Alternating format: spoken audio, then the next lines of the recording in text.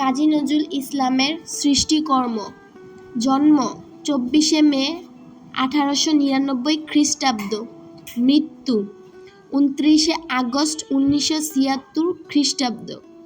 বাংলায় জন্ম সন 11ই জ্যৈষ্ঠ 1306 বঙ্গাব্দ। বাংলায় মৃত্যু সন 12ই ভাদ্র 1383 বঙ্গাব্দ। উপাধি: 1 বাংলাদেশের জাতীয় কবি, 2 বিদ্রোহী কবি, 3 সাম্যের কবি, 4 বিরহ বেদনার কবি। প্রবন্ধ ও নিবন্ধ। যুগবাণী, প্রকাশকাল 1922। প্রথম প্রকাশিত প্রবন্ধ গ্রন্থ ও প্রথম নিষিদ্ধ গ্রন্থ। দুদিনের যাত্রী, প্রকাশকাল 1926। রুদ্রমঙ্গল, প্রকাশকাল 1927। ধূমকেতু, প্রকাশকাল 1961। রাজবন্দীর জবানবন্দি।